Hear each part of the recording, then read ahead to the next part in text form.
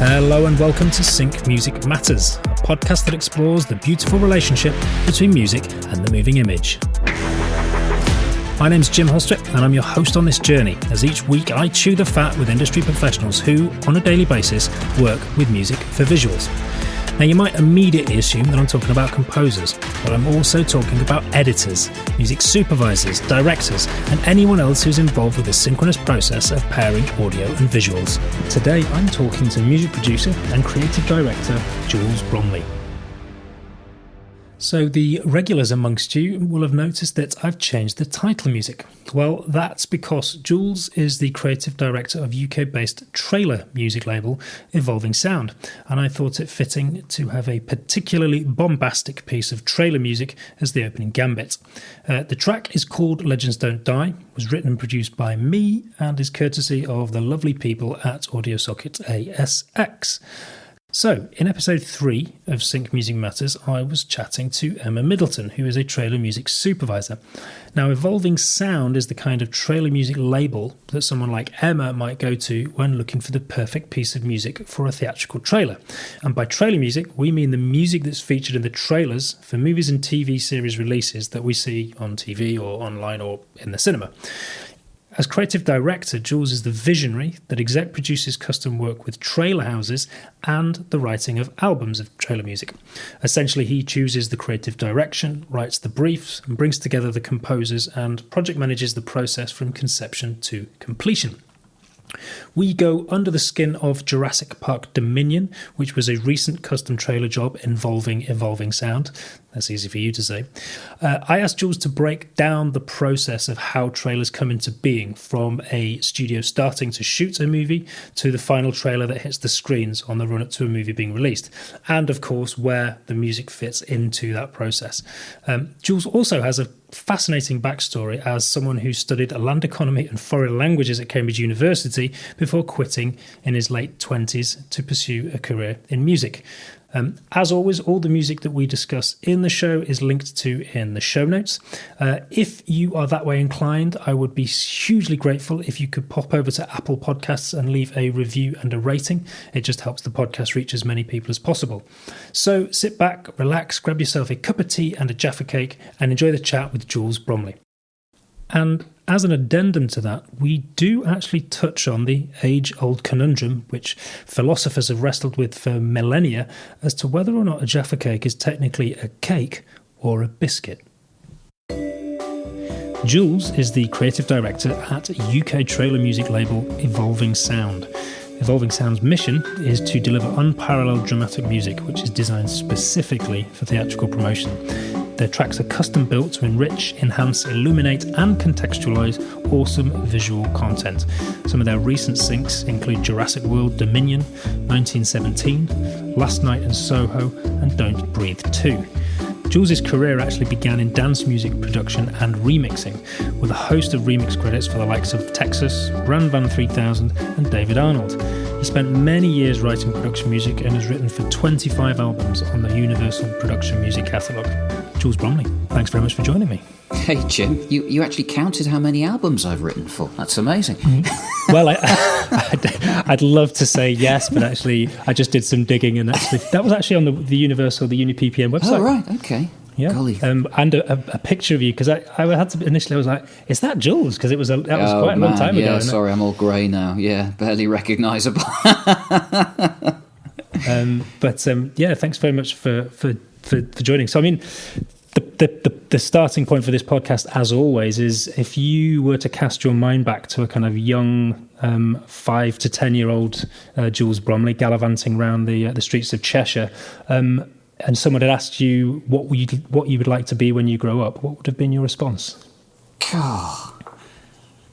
Didn't everybody want to be a footballer when they were 5 to 10 years old? I'm pretty sure I did. I was shit at football as well. So, who would you have been? Oh God, no! I would have played for Man City. They were, okay. Still are my team, I suppose. Right. Yeah, and then music kind of really started in the teens for me. And then I think there was probably a brief dalliance with wanting to be an actor. So basically just desperately clamouring for attention and celebrity, you know. Yeah, well, as a footballer, certainly today they seem to be pretty powerful. Well, I suppose actors as well. They're probably amongst the most powerful celebrities. Yeah. I don't know. I've had a rethink about actors. I don't think they're as influential as we think they are. I think they are, they're enormously talented, but basically, tools within a very manipulative industry. And I feel sorry for them sometimes. I think they get a bad rap.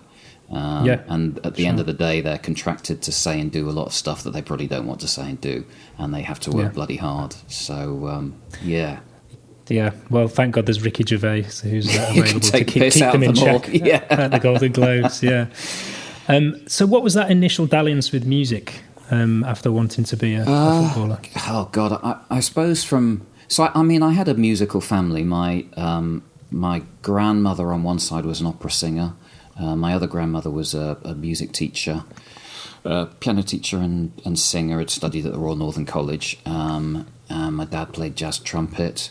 So we had a musical family. But I didn't learn music. I learned to play the piano when I was a kid, and was in bands from sort of early teens. And that's kind of really where it got its hooks into me. But I didn't have any formal training. I didn't acquire through my academic learning period much in the way of skills. So I came out the other end of university, and I didn't study music. I studied something completely unrelated, went into a completely unrelated job until I was probably, I think I packed in my day job when I was 27, 28. Having always played in bands, always been doing remixes for friends, building studios and beta testing whatever I could get my hands on. May I ask what that unrelated degree was? Yeah, it was land economy and foreign languages. Yeah, modern languages at Cambridge a long time ago. Yeah. And which languages? German and Spanish. Yeah, so good. Yeah, let's not go there. So I worked in London and was trying to find a pathway into music, and it probably took me sort of 6 or 7 years until late 20s. I packed in the day job, got a job at a recording studio in West London, which I don't think is there anymore, called Eden Studios. Just as an assistant. I think I basically figured out that I'd saved up enough money to survive for a year. I wasn't getting paid.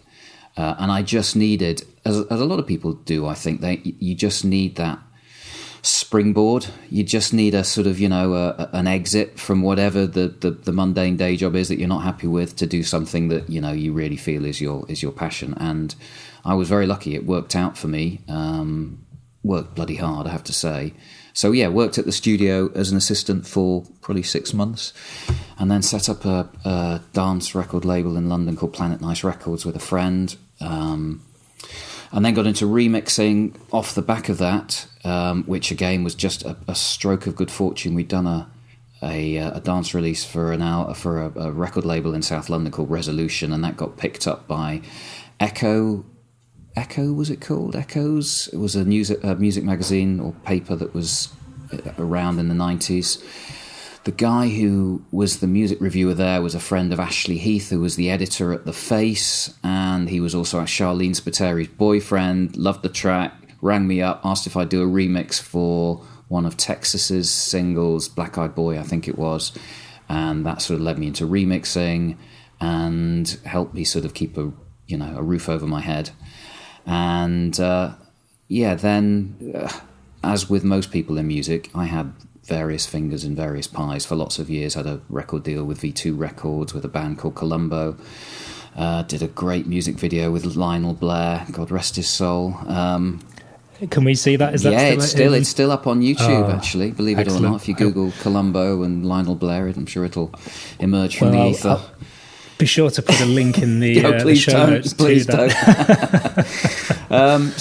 And I like you, I got into sync music as a sort of means of just stabilising what is otherwise a highly volatile career and just getting a bit of regular income, I guess. and was a jobbing composer for 20 years, doing TV commercials, some short films, lots of production music, some documentary work, whatever came along, basically. Some commission, some production. Was there a particular catalyst that, in your late 20s led you to... Because I could very much relate to that story, because I was the same. I had a day job, and I think I was about 30 at the time when I decided to chance it. Had enough money to save up to pay the bills for a year, with a view to, worst thing that happens is I have a year making music and then have to go back to what I did, but fortunately didn't have to. Was there a particular catalyst that led you to go, right, now's the moment, and gave you the courage to make that decision? That's a really good question. I think the misery, basically, of a job I hated, eventually reaching saturation point. And then just thinking, actually, I suppose I realised there didn't need to be a sort of seamless transition, and there was probably never going to be a seamless transition from a well-paid professional career in one field, smoothly slipstreaming into something equally stable in the music world. That was never going to happen, and that sort of realisation gradually dawned. And I think when I got the assistant at Eden Studios job, I thought, well, that's probably as good as it gets. Okay, so there's no money, but at least there's a purpose, there's a reason to get up in the morning. There's a studio to go to, there's stuff to learn, there's people to meet, and it was great, and it starts you on the path, and it was terrifying, but not having that income stream is a bit terrifying, and I didn't know. I thought, well, the worst that can happen is I have to go back and do what I was doing before. But I just got lucky. It worked out, and there were a few kind of hairy years, and then things kind of settled down, and you think, actually, this is probably going to be okay. Having said that, it's now 25 years later. I still have days when I wake up and think, shit, is Evolving Sound still going to be here in 6 months?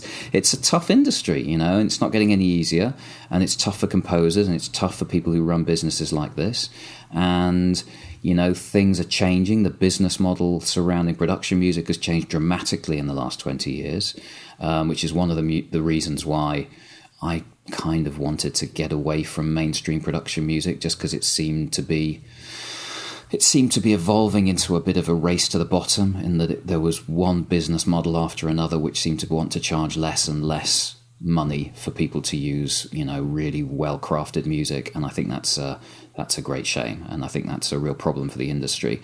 Whereas trailers, because of the nature of the assets they're promoting, they have budget. And if it's the right piece of music, they'll pay good money for it. And they don't, it's not about $50 a month subscription and getting as much money as you can for nothing. It's about finding the right cue and making sure it's all about quality and production values and so on and so forth, customization, and getting things absolutely spot on, perfect, live music, orchestras, It's just a different kettle of fish, and to me that resonates. That it's an industry that values music still. It's an industry that doesn't try and stiff people. Okay, look, you get clients who are tough, and there's always haggling and negotiating when we do a sync. But the whole ethos is just very different.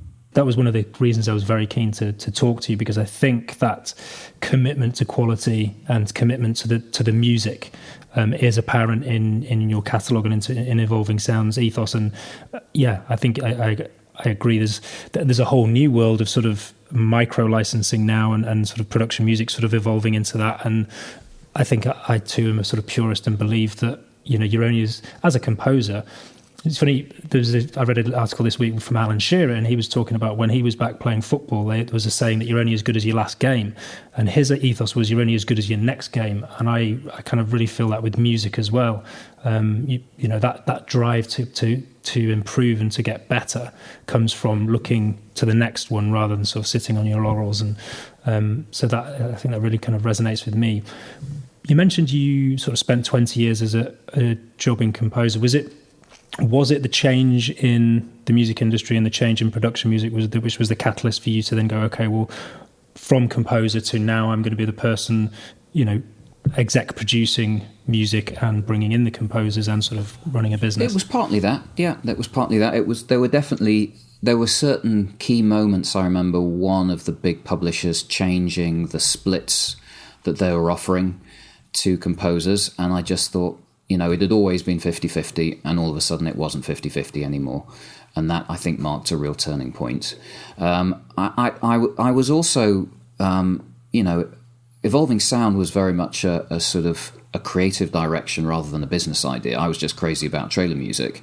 I'd had some trailer placements with other labels, and I was just excited about exploring that whole sort of trailer universe, and this was primarily originally intended as a vehicle to do that.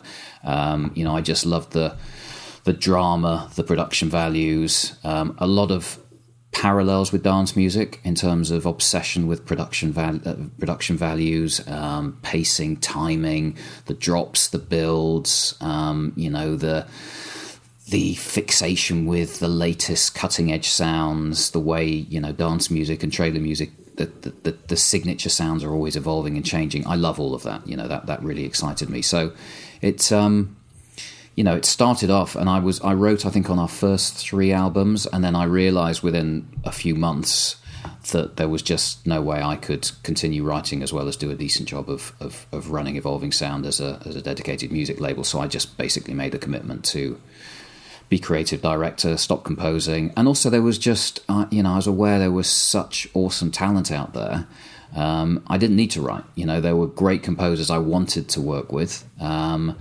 And so that kind of made the decision that much easier. I started working with a few composers, and I thought, look, this stuff is better than I'm writing. And I'm not being sort of falsely humble there. It really was. It was just really, really, really, really good stuff. So that's kind of how it evolved. I mean, and I have to say, I was totally clueless about the trailer industry when we started out. And the first couple of years were really tough and a huge learning experience. But I was lucky enough to get a bit of help here and there, have great supportive clients.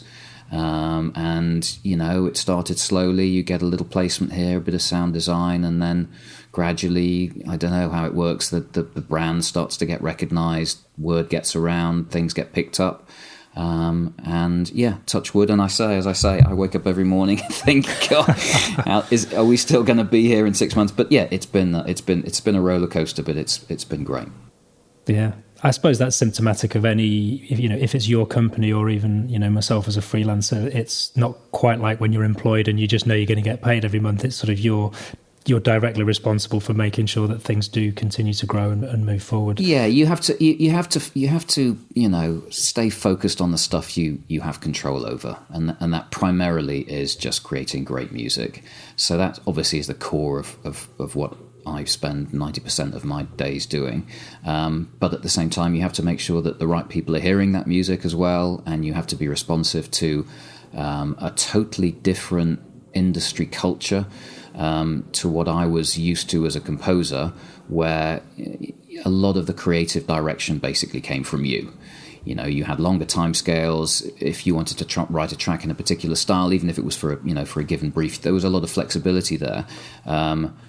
When you're working with studios, trailer houses who have been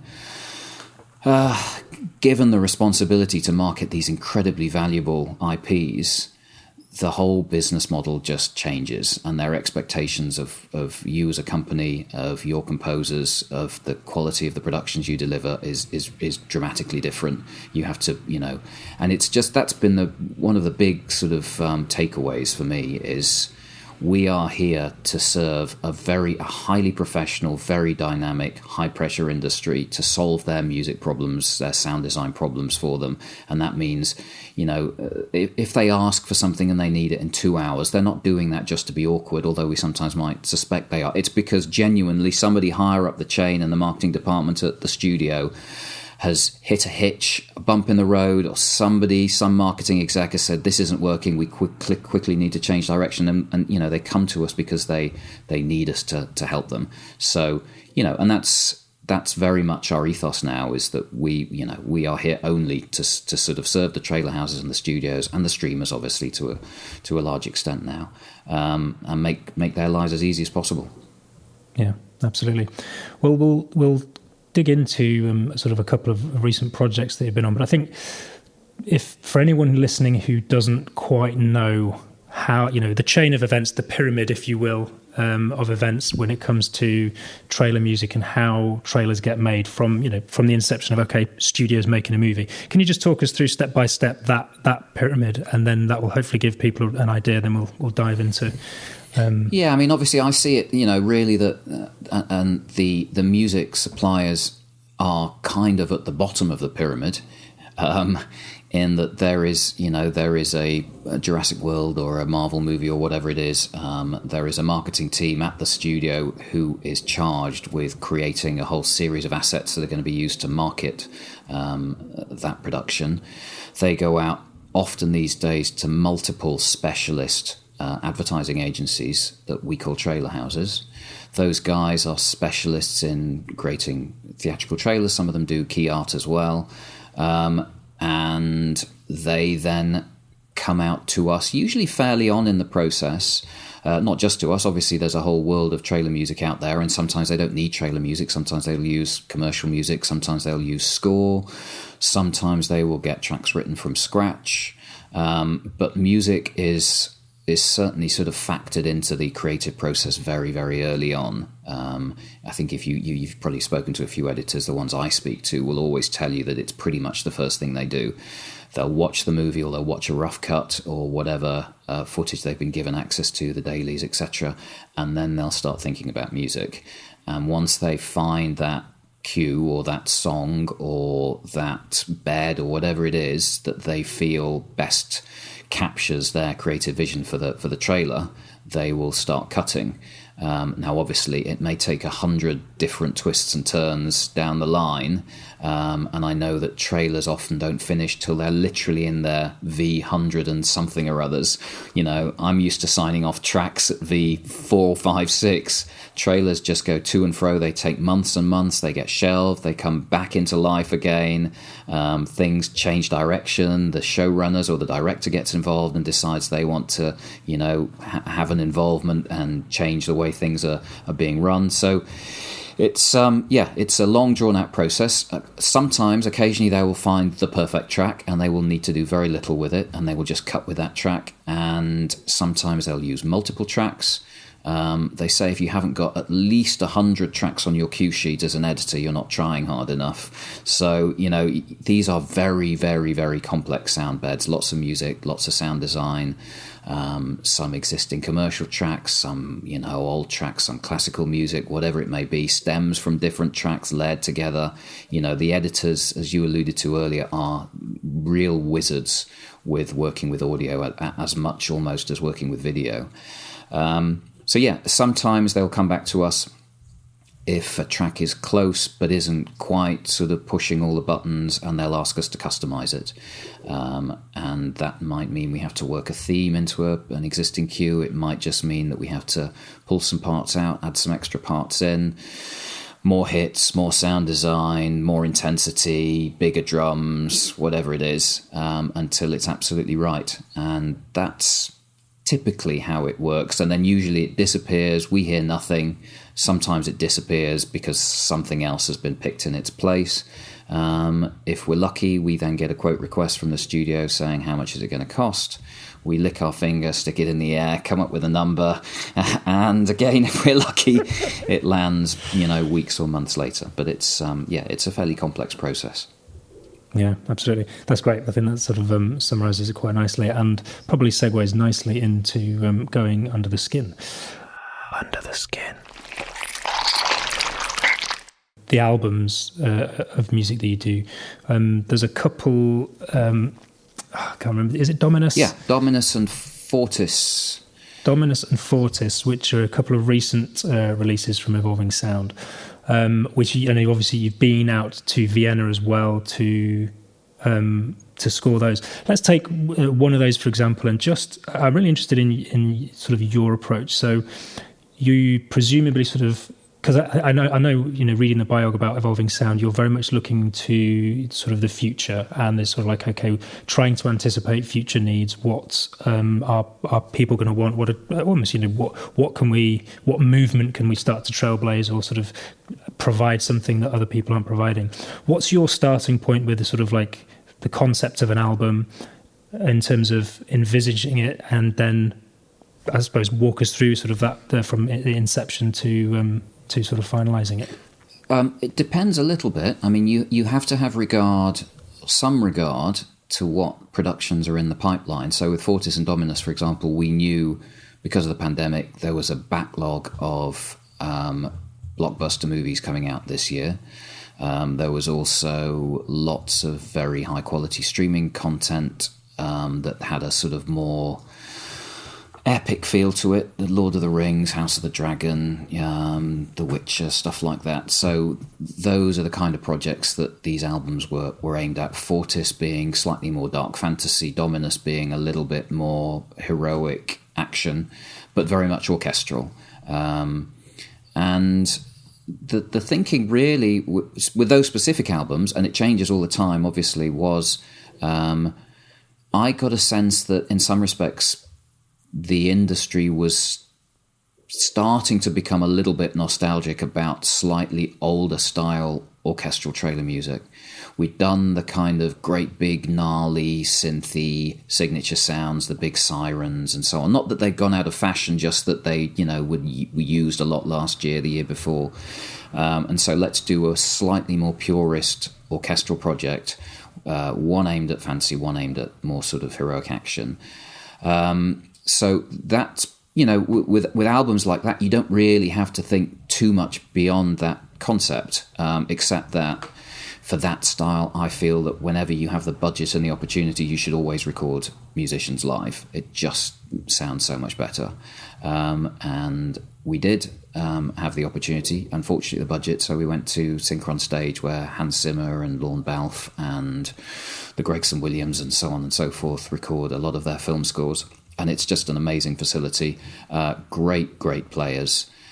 We've recorded, I think, 5 or 6 orchestral albums before that in Budapest, which is also fantastic. Great players, good studio, and lovely people. And this was just, dare I say it, just a slight notch above. And that's not to diminish the quality of the players in Hungary at all. It's just that they're more the facility than anything else was just custom designed. A lot of money had gone into it. And so we spent a few days over there. I mean, it's very expensive, obviously, recording live orchestra, so you're constantly on a deadline. You're constantly, looking at the stopwatch, trying to get through as many cues as you can in a session.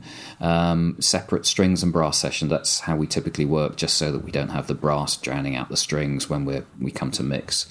And do you get, when you sort of get in there and, start, recording the first cue and the orchestra strikes up, I get goosebumps every single time. I mean, it's just amazing. And obviously there's a lot of preparation goes into it, so that the composers, some of them are classically trained and can just rattle off a full orchestral score, no problem.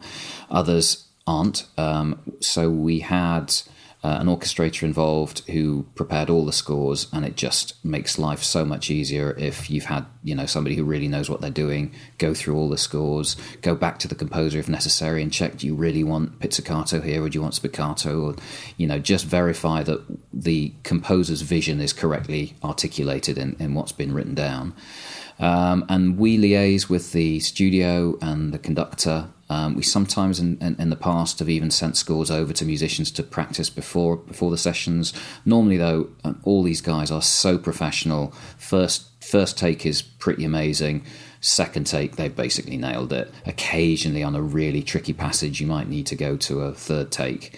And that's what you want, obviously, because the quicker they nail it, the better the score is, the more material you get through, and the more you feel you've achieved from the whole process. So it was great. And are you having the orchestra record to click? Yes, every time, so that you can drop in different takes. Yeah, it doesn't mean you can't have tempo changes, but when we provide basically a click track, a sort of master session, if you like, Pro Tools session for every cue that we're going to record, and that will have the click in it.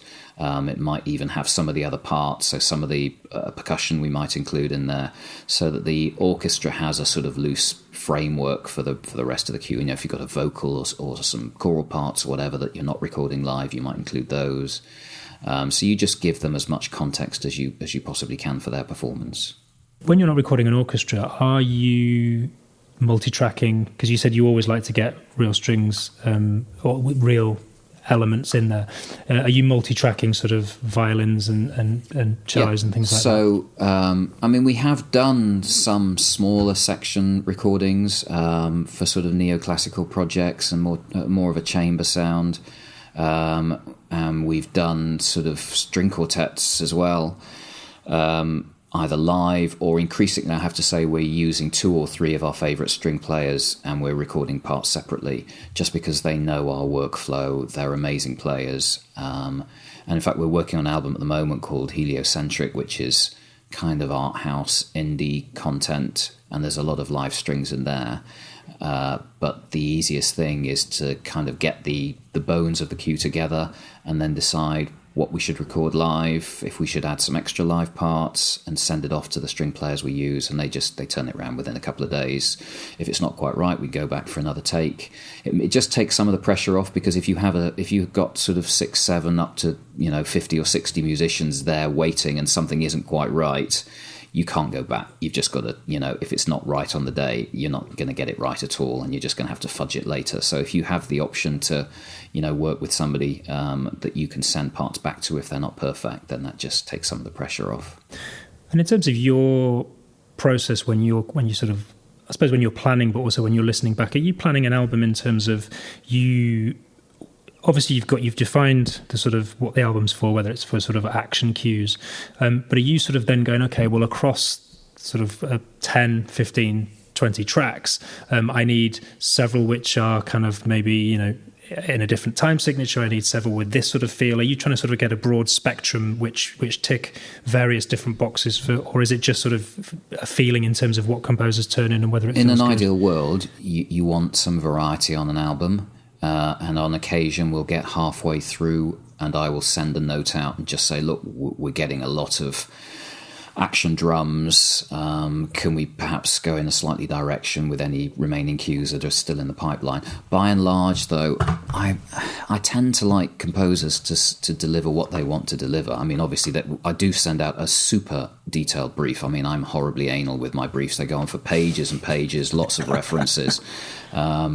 So, it gives people a pretty good idea of what we want. And I tend to find if we've got 12 to 15 composers probably on average involved on an album, you're going to get a fairly good mix of material anyway. And once you've worked with people for a few years, as we have with most of our roster of writers now, you can almost build the album when you select the composers you're going to involve, because you know the kind of tracks that they like to write. And that's not to say that they don't have diverse skills. It's just that they do.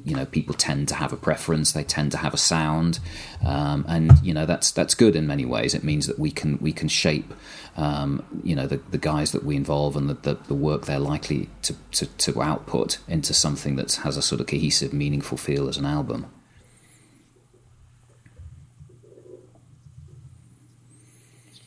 Absolutely. Well. And also, we rarely sign off on a V1, as any composer that works with me will tell you.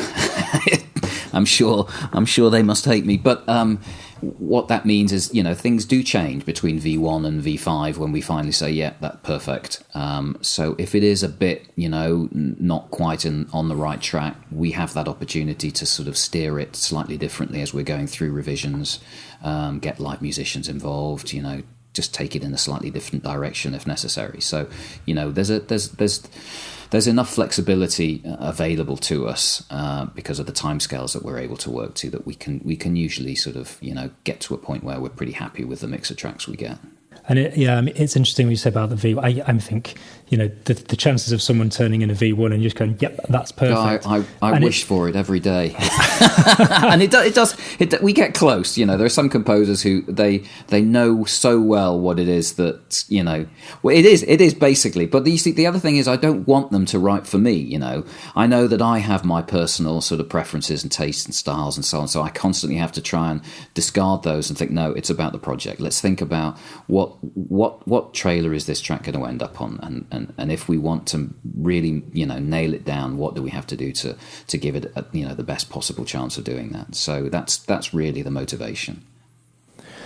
Well, it's a theme that keeps coming up in a lot of episodes, as well as the idea that, when obviously as a composer, as a creative, you're creating something and then you're handing it in and you're waiting for sort of critique and notes, and it can from an egotistical point of view, it can sometimes be quite difficult, particularly when you've poured your heart and soul in. But I think what a lot of people have sort of talked about is the idea of reframing this is actually it's a collaboration. It's not just about you. And that, interestingly, chatting to Michael Price, we talk about, as a composer, you're so bogged down in the sort of the nitty-gritty of it that sometimes you don't have that perspective. You're trying to maintain it, but that's where actually this collaborative nature comes in, and having sort of like the exec producer come in and say, okay, well, hey, this is what I'm hearing. It's like, oh, okay, well, certainly that's a valuable perspective, but also sometimes it sort of nudges you down an avenue of that you might not have found. I think that's exactly right. And I think having been a composer, I know how when you've listened to something 300 times, you do start to lose perspective. And I used to cycle 4 bars at a time looking for the perfect snare sound or whatever it was, and by the end of the day, it didn't mean anything anymore.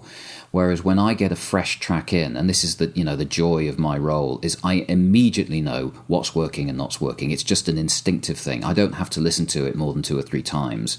I know the notes just come out, and sometimes there's very few of them, but anything that isn't right just jumps out to me because I've never heard it before. So it's I'm hearing something completely fresh with no preconceptions, no expectations.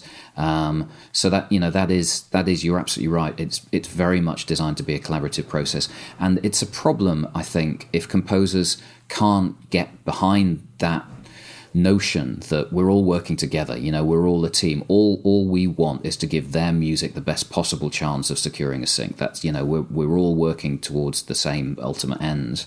And you're right, there are some composers who don't like taking notes, and as a rule, sadly, we struggle to work with composers who don't like taking. That's just the reality. It's just like an editor saying, "Well, this is a perfect edit, and if the studio doesn't like it, too bad." That it's just that equation just doesn't work. So no, yeah, absolutely, and I think that speaks also to the idea that people, that working relationship, if someone's sort of easy to work with, that goes a long way. If you could be the best composer in the world, but if it working with you is a nightmare, then it's going to be very difficult to have any kind of... I think that's the same in any industry, isn't it? So much about personal relationships. Yeah, definitely. And do you have a little ritual, when you sort of sitting down to do a listening, like a cup of tea and a custard cream or something like that, ready to... Yeah, exactly. Yeah, cappuccino and a Jaffa cake in my case. Yeah. Brilliant. Well, that answers one of the later questions, which is, what's your favourite biscuit? Okay, there you go. But then, is a Jaffa cake a cake or a biscuit? Apparently it's a cake, yeah, so I'll have to rethink. Yeah. And do you know why it's a cake? No, I've no idea. So theoretically, a biscuit, if you leave it out, goes soft, whereas a cake, if you leave it out, goes hard, dries up. So because a Jaffa cake goes hard, it's a cake. And who came up with that definition, I wonder? I imagine somebody with too much time on their hands. Some boffin at a university research facility who thought this would be a good PhD. Yeah, absolutely. Brilliant. Okay, well, that's some sort of fascinating insight into sort of the production process of an album. You touched on sort of earlier within the trailer world the kind of bespoke nature of things, and obviously Jurassic World Dominion is a recent one that you sort of had a bespoke involvement in. Can you talk us through a little bit about through that process and how that came about and what the bespoke nature of that was? Yeah.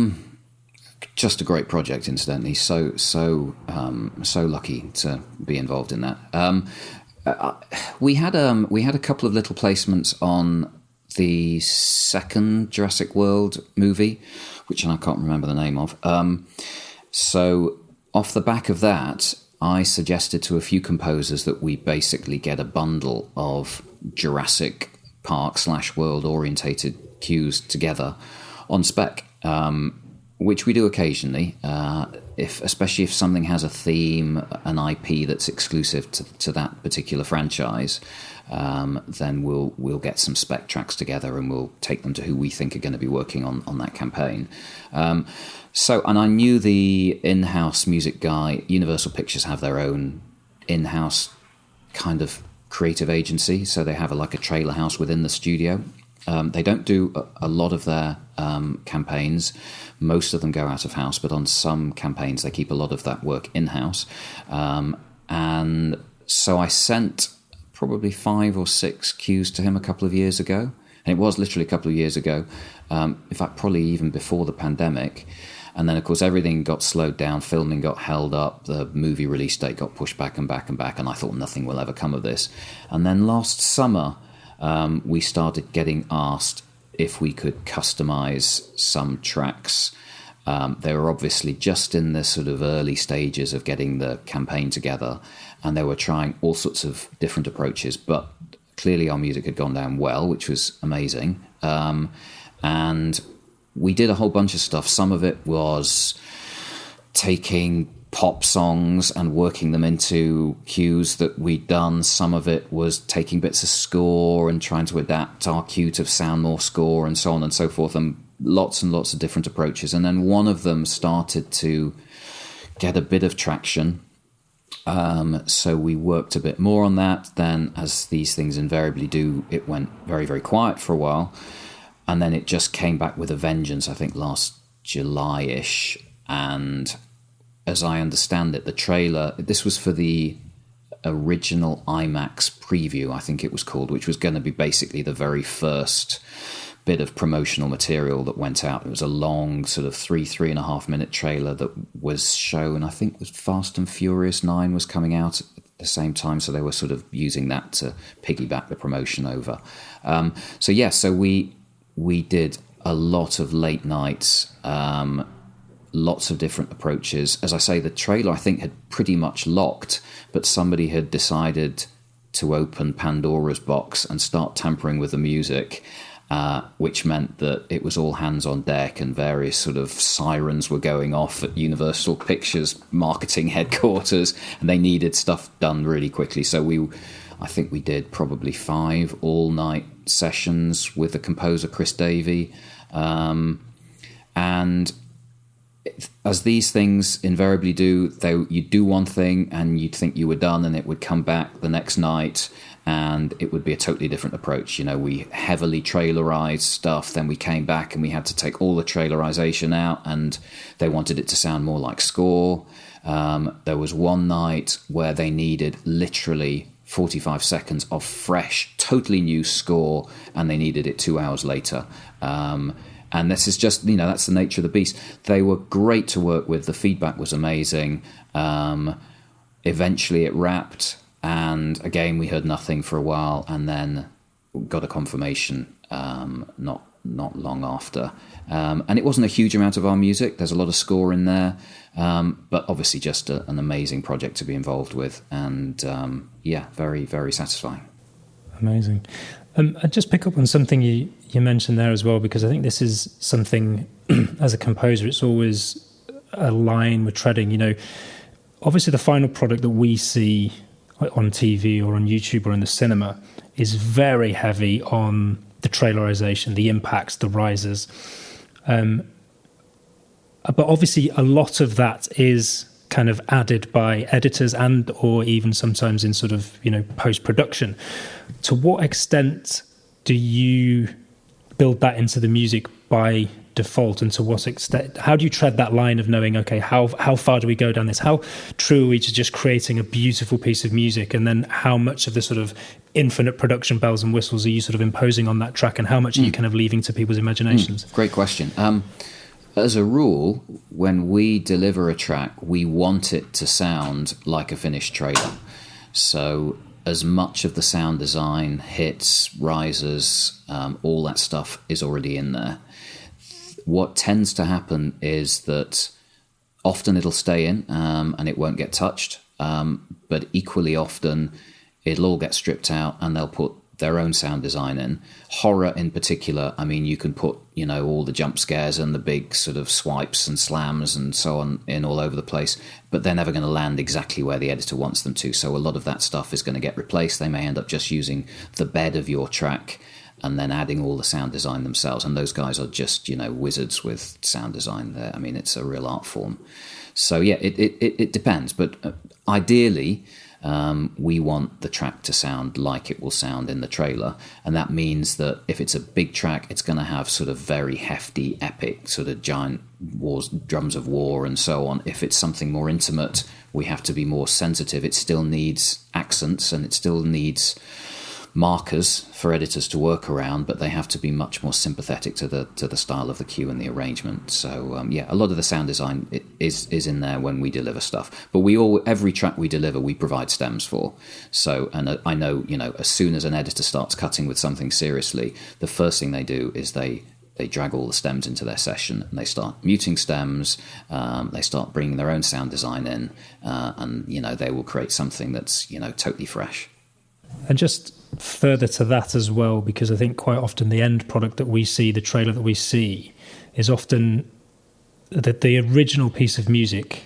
I mean, sometimes there's several pieces of music, but let's say, for argument's sake, that the trailer is using one particular piece of music. Quite often that piece of music has been sort of cut up into a completely different sort of form, and it is all over the place. And I think I know the answer to this, but I think for the sake of anybody listening, with the tracks of Evolving Sound, are you trying to sort of second guess that almost slightly sort of erratic, crazy trailer nature, or is your commitment to the piece of music and ensuring that you have a piece of music which takes people on a journey and that can provide a narrative? Again, great question. I think my philosophy is that making assumptions about where there might be a dramatic shift in mood or tone is really dangerous. So it's much, much better to have something that feels cohesive and is consistent and has an identity, has a character, than to think, well, what if the trailer suddenly goes from comedic to, horrific at this point? Let's change everything. We'd just be second guessing something that we know nothing about. So it's much more likely in that scenario. We do sometimes, we do get searches where somebody says it needs to start tense, but by the end it needs to be really hopeful. That's a slightly more organic sort of evolution.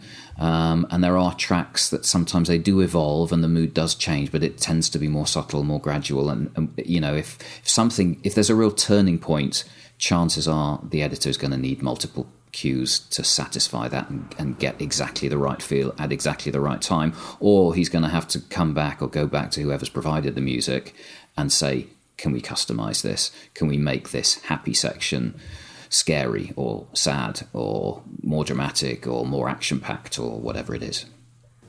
And interesting, and one thing I kind of wanted to pick up on as well, because I generally think of, I think commercial music, probably production music and sort of trailer music, I often sort of think of it as a 3-act structure, but I was interested on the Evolving Sound website. We're talking, Jules is obsessed with a 4-act structure. Yeah. I mean, I think for anyone who doesn't sort of... feel free to elaborate on that, because I find that very interesting. I mean, the theory is that all stories, all trailers have a beginning, a middle, and an end, basically, and that's your 3 acts. In terms of when we're putting tracks together, what I tend to find, and it's not always the case, sometimes it just needs 1 act. There's lots of trailers that use one slow burn cue from beginning to end, and it just builds gradually. It gets darker, it gets more intense, it gets more ominous, and that's all you need. By and large, people want to set the scene with an intro. They often want a break at the end of the intro. They want a midsection where they start perhaps introducing beginnings of a plot or some characters. They want a bit more dynamism. They want some movement. It needs to feel like something's happening. It needs to have evolved a bit. And then they need the big final scene with the fast cuts and the sort of the drama and the action and so on, the back end, as we call it. The 4th act, as far as I'm concerned, is I find you often need some relief after the midsection before the back end. So what we like to try and do, and it's not, sometimes it's used, sometimes it isn't used, is we try and provide an interlude where you get to the end of the midsection, which is kind of built, but before you just go straight to the back end, you might want to stop things down. You might need space for a couple of lines of dialogue. You might need a montage of something. You might need to reflect on something that's appeared earlier in the story. And it just gives, at the end of the day, we're trying to give trailer editors the tools they need to do an amazing job. So if they don't use it, then everything's editable. But it's there if they do need it. And then actually we usually have a fifth act as well, because we usually need an outro. Usually you want a bit of music or sound design, some accents or markers to sit under title cards at the end as well. So there's a short fifth. Look, there's no hard and fast rules. Some one-act trailer tracks are just amazing. Sometimes you need 3, sometimes 4, sometimes 5. Sometimes some people do 2 or 3 sort of broken up midsections, and that works great, But it's nice to have a framework. It's nice to have a sort of benchmark, if you like. Yeah, and I suppose that goes back to what you were saying as well about, if you try to second guess every single eventuality for every single trailer, then you're on a hiding to nothing. There's certain pieces of music will work for certain trailer types, others for not so much. Yeah, and I think it's unusual it does happens all the time, but it's not terribly common that one track gets used all the way through a trailer. So more often than not, when we get a quote request, 20, 30, 35 seconds of music, which means it's a midsection, or it's a back end, or it's an intro, or they've used a bit here and then they've used another bit later. So, that's just the nature of the beast. These things get cut up and used in all sorts of fascinating, weird, creative ways, and you just want to be providing them with the raw material to just do something awesome. Yeah, and as an editor, as you say, you're providing the editor with a toolkit, and it's probably quite rare that an editor's cursing you because you've provided too much great material. Exactly. And the problem obviously is that from a listener's perspective, if you're trying to create something that is purely for enjoyment's sake, it might not always flow as naturally as you'd want it to. But, you just have to accept that compromise, because at the end of the day, we're providing a service. And much as I love our music being on Spotify and people appreciating it, the people who pay the bills are the guys who are actually cutting trailers and promos with it. Absolutely. And it's almost like, as a composer, if you almost leave your artist hat at the door, because you are, as you've touched on earlier on, you are servicing in the service of somebody else's vision, in service of something else, and you remembering that is definitely advantageous. Yeah, it doesn't mean it's not artistically satisfying or stimulating. It's still great fun. It just it does apply some additional. If you want to look at them as constraints, they're not really constraints. They're just challenges. You have to. It's just an additional set of targets that you have to hit when you deliver a piece of music. That it's got to work in a certain context. It can't just be what happens to sort of spew out of your creative brain when you sit down in front of your door. You have to be mindful of how it's most likely to be used. At the same time, that can sometimes make things easier. It gives you a framework. It gives you a starting point. So it cuts both ways. Getting a taste. What's increasingly clear with all the conversations I have with various people is that we are all heavily influenced by art that we are exposed to throughout our lives. I think there seems to be a more formative period, sort of like teens into 20s, and that kind of informs us as sort of creatives. And whilst I appreciate, on these albums you're not writing anymore, I imagine those influences are there in terms of how you're hearing things and notes you're giving. Can you sort of, looking back over time, are there certain, and this could be sort of film scores, but it could equally just be sort of albums or particular tracks that have really resonated with you and you feel have sort of shaped who you are creatively today? Golly, that's one I definitely haven't prepared for. Yeah, well, as I mentioned earlier, so I had a grandmother who was an opera singer, so I listened to a lot of classical music when I was younger, but basically pretended to hate it. Also listened to a lot of jazz, which I still love, and I still love a lot of classical music. Rimsky-Korsakov Scheherazade was probably my favourite sort of classical work as a young man. It has a violin sort of motif that you just never forget. And then, I went through ska. I was a mod. I played in a heavy metal band, played keyboards for a while. I got really into funk in my sort of late teens. Was in funk bands for probably 4 or 5 years. I loved soul.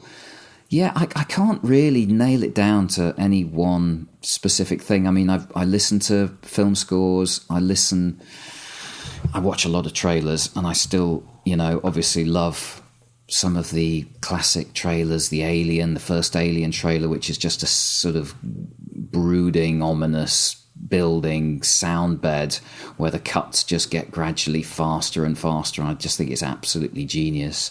I love the way people are starting to use diegetic sound in trailers, real sound effects. Trailers like, what's that Ben Affleck film, The Accountant, where it starts and he's sitting in a car and you hear the sound of the windscreen wipers, and then the windscreen wiper sound sort of morphs into a sound design sort of rhythmic bed, and then that eventually morphs into a Radiohead track. Things like that I just think are very clever. Dance music obviously was really, really big for me in my 20s.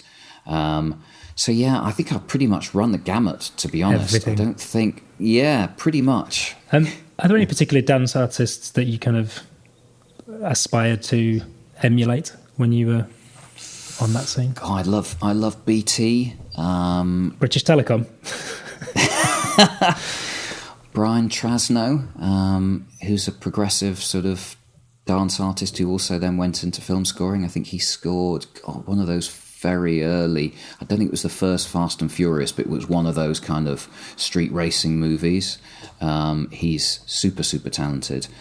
The thing about dance was it wasn't so much about specific artists. It was like tracks. It was very rare it was about labels at the time. So there were, New York labels like Strictly Rhythm, for example, that you got into, in Nervous Records. Masters at Work I absolutely worshipped, who kind of blended house and soul basically into dance music. And then, golly, who's the...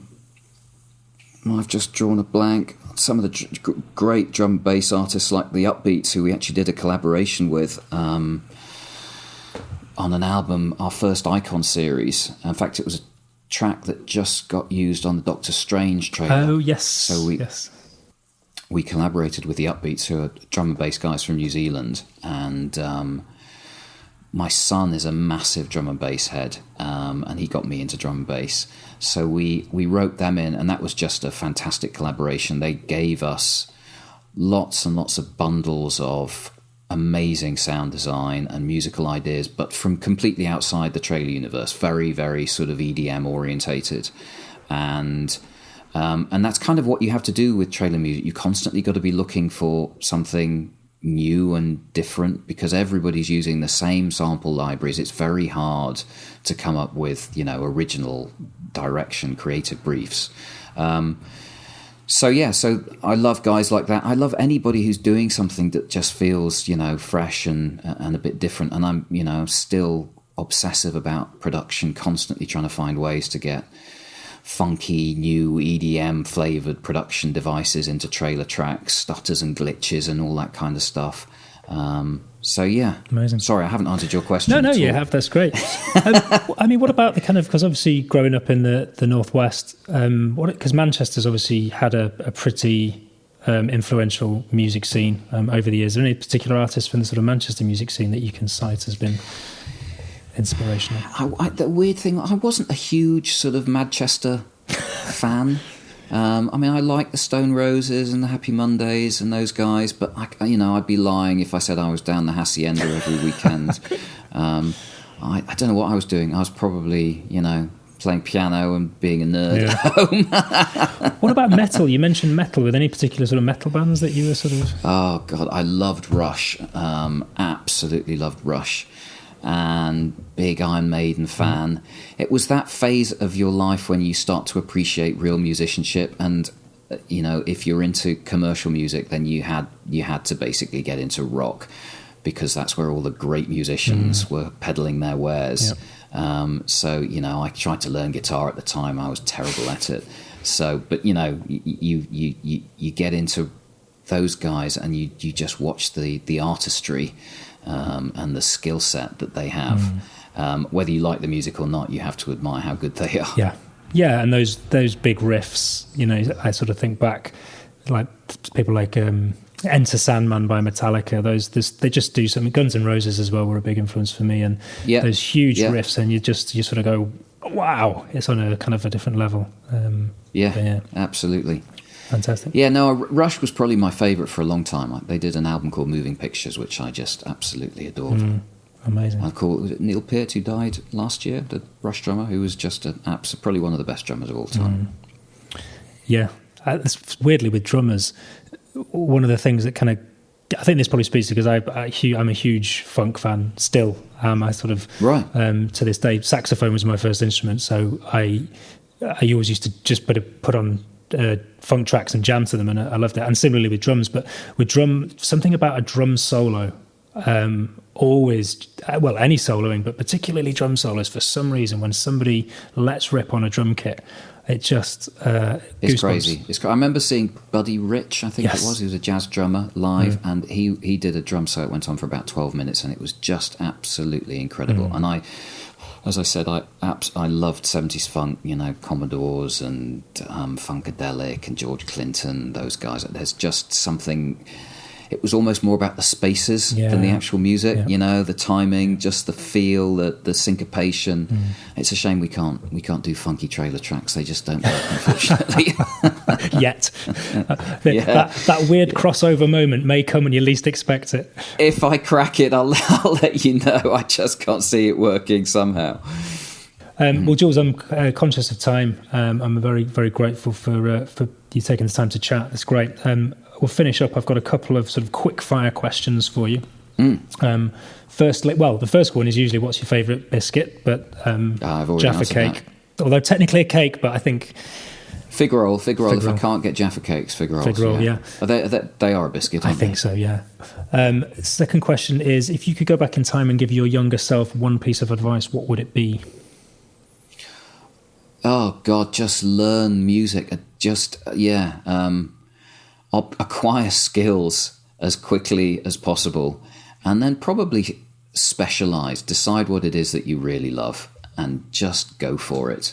I've been very lucky. I have a son who's currently a composer. He's just graduating from Berkeley, so I've been able to vicariously, you know, see him do all the things that I wish I'd been able to do. And there are such amazing facilities and resources out there now for young composers that there weren't really certainly when I was growing up. You either studied music at university or conservatoire, or, you know, you did something else basically. And that's not the case anymore. If you want to be a producer, if you want to study, you know, electronics and music or coding or whatever it is, you know, there's a way to study it. And I do think if you can acquire those skills at an early age, it's such a competitive marketplace out there. You know, it definitely helps. And I had none of that. You know, if you don't have those skills, it's going to be tough. Yep, definitely. But you know, that said, I quite surprised actually by the number of sort of guests I've had on the show who are composers and producers and have had no, myself included, have had no sort of like formalised education in it. Although I did learn saxophone and instruments, and that knowledge of music has definitely, without doubt, been sort of, you know, a crucial part of my journey. Yeah, look, it's never going to make up for pure passion and commitment and determination, but it's certainly really useful to have. What scares Jules Bromley? Oh my God, what scares me? This question. Yeah. When you're running a business, and we're expanding at the moment, so we're just taking on a new creative production manager, a new administrative assistant, we've moved to new offices, you do have to be mindful of whether you're going to be able to pay the bills. That's the thing that scares me. You know, whilst you're small and starting out, it's all fun and exciting, and it's great. And I still feel equally passionate about trailer music and the whole trailer industry. But yeah, there's a reality when you're running a business in a scary, volatile world, as we've seen over the last couple of years. Things can happen from one day to the next, and cinemas just shutting down was pretty terrifying. Wondering if there were ever going to be theatrical trailers again, or if it was all going to be streaming only. So yeah, I do worry about just making sure that we can pay our composers. I mean, we're always going to be able to pay our composers, but pay our staff, make sure we're doing the best by them, make sure we're securing placements for people who trust us with their content. That is a big responsibility, because I know what it's like as a composer. You hand over something to a label or a production music library, and you put all your faith in them that they're going to help you earn some money out of it. And it's not easy earning a living as a composer at the moment. So yeah, those are the things that keep me awake at night sometimes. And finally, what's a little known fact about Jules Bromley? Little known fact? Golly. I'm half Austrian. Is that interesting? I think so, yeah. But that speaks to, going to studying modern languages and German. There's obviously the German connection there. There you go. So my opera singing grandmother was Austrian. Right. My mum is Austrian. Amazing. There you go. Perfect. Sorry, it's not more exciting. No, hey, that's fine. Oh, the other thing, I keep sort of forgetting this in other episodes, but I'm kind of obsessed with kind of weird and wonderful trivia about movies or bands or music. To give you an example, one of the ones that's come up in previously was that the sound of the T-Rex, I think it was in Jurassic Park. No, the Velociraptors in Jurassic Park was sound design. It was basically the sound of tortoises mating, and that was sort of turned into the. Do you have any kind of? It could be sound design, music, any sort of weird and wonderful trivia facts that you happen to know off the top of your head? I have a friend who did all the sound design for, what was that dinosaur documentary that the BBC did a few years ago? And he and it was really good, and they did all the dinosaur sound. And the thing about doing dinosaur sound design, obviously, is there's no dinosaurs. So you can't just go into the wild and record them.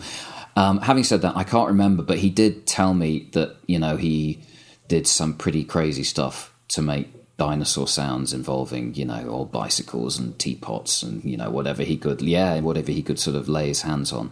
A lot of the stuff you hear in music is not what you think it is. That's I had a track in the other day, and I was emailing the composer saying, that fantastic sort of high string signature that we've got in the back end, because he's a string player. We want to bring that out a little bit more. And he said, that's actually not strings. It's a trumpet that I blew the wrong way from the bell or something. So, sorry, I don't have any fascinating trivia. That's all good. I think that's just sort of raised the question for me is like, I sort of, Black Sunday by Cypress Hill, the album, I loved that album. And in a lot of the tracks, there's this sort of like, which almost sounds like there was a kind of parakeet or something in the studio when they're recording, but I've always wanted to know what that is. So, answers on a postcard. Anybody who happens to know, that would literally a life's quest to understand what that noise was. I can't help you there. Squeaky bicycle? Could be. Chain? Could be anything. Well, I seem to think that Chewbacca in Star Wars, the sound of him sort of roaring was a cross between a grizzly bear and a walrus. They sort of pitch down a walrus and then put a grizzly bear on top of it, and you've kind of got this sort of roar. So, wow, I love all that stuff. We do some albums that are built around just field recorded sampling, basically. In fact, that with one of our composers is in session today, beating up a Steinway grand piano for a current album, not playing it, just basically making as many weird sounds with it as possible, which will hopefully be on our next album. Yeah, watch out. Heliocentric. And also just to mention as well, we've got this Fortis and Dominus are two albums. Are they out yet, or are they coming out? They are out for the industry exclusively at the moment. So the way it tends to work is just because the studios have certain requirements in terms of exclusivity, everything goes to them first, to the trailer industry, so to speak, and gets released more widely about a year or so later. Just they get first bite at the cherry. And if anybody does want to, obviously there's the Evolving Sound website. Do you social? Is there, if people want to sort of not get in touch, but follow you? Yeah. LinkedIn, Facebook, Instagram, Twitter. Just search Jules Bromley. Just search search Evolving Sound. Evolving Sound is brilliant. Where it's at. Jules, thank you so much for taking the time to chat. It's been fascinating. It's been a pleasure. Thanks so much, Jim. Good luck with everything, and hopefully one day I might meet you face to face. Yeah, well, if you're ever up in the northwest, drop in for a cup of tea. Sometimes on my way to Leeds, I sometimes will go past, so maybe I will. All right, Jules. Cheers, mate. Lovely to see you. Thanks, Cheers. Jim. Thank you very much for listening. If you've enjoyed this episode, and given that you've listened this far, I feel you might have, then I would be honoured and incredibly grateful if you could take a moment to subscribe, rate and review on your podcast platform of choice. By subscribing, you'll automatically be notified each time a new episode drops, and by rating the show, you tell the artificial intelligence that will soon be running the world that this podcast is worth listening to. I certainly get a lot of insights and value from these conversations, and I genuinely hope you do too. If you'd like to get in touch with the show, then you can email me, podcast@larpmusic.com. Larpmusic.com is my digital abode, and the home of the podcast is larpmusic.com/Sync Music Matters Podcast. And Sync Music Matters Podcast is hyphenated. Thanks again for listening, and until next time.